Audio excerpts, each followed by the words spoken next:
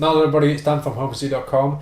So I got a question today from Andrea Luca on Facebook, and basically his question is, should I constantly be able to add weight, reps, reduce my rest times during a caloric surplus, like basically during a bulk?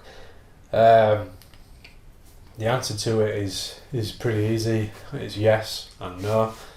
The yes part of it is that as long as you are basically eating enough, resting enough, and everything is in place, you're going to be able to gain strength. And you get, depending on say your training experience. So if you've only just started out training, I mean like within your first few years to whatever of training, you're going to make pretty decent gains. They're going to be coming pretty steadily as long as you're eating enough and resting enough.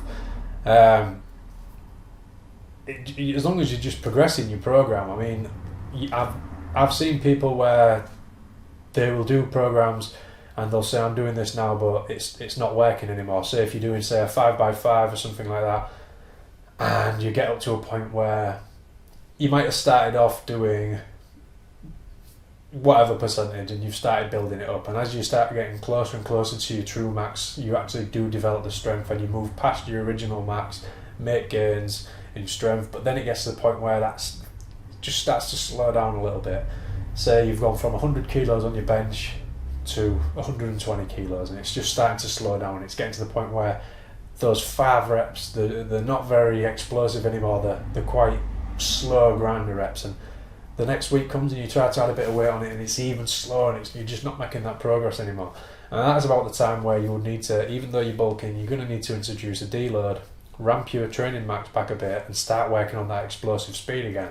So instead of doing 120 kilos for your 5x5 and getting nowhere, you're going to drop it back to about 110 kilos and really work on that explosive force. You'll find that those explosive reps, the fast reps, they'll start to build on your bench and you'll be able to move back up again. Because if you're constantly training near your max, you're just not going to be, you're not going to be building any muscle. You're just taxing your body every time you train. You're not really making any progression. So you need to learn to deload, step back, start again. And really that's all it comes down to.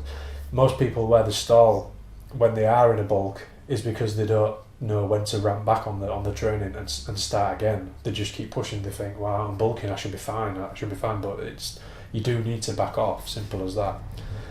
The no part of it, like I've just said, comes down to as you get through your training experience. Say when you come to 5, 6, 7 years of training, 10 years of training, you're going to find that instead of adding 10, 20 kilos to your bench in a year, you might struggle to add 5 kilos in 1 year.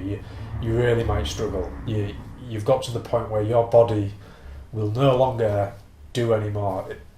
It might, you could keep going, but you're only going to, it's diminishing returns. You're not going to get that huge leap in strength anymore. It's just going to slowly trickle away until you're dead.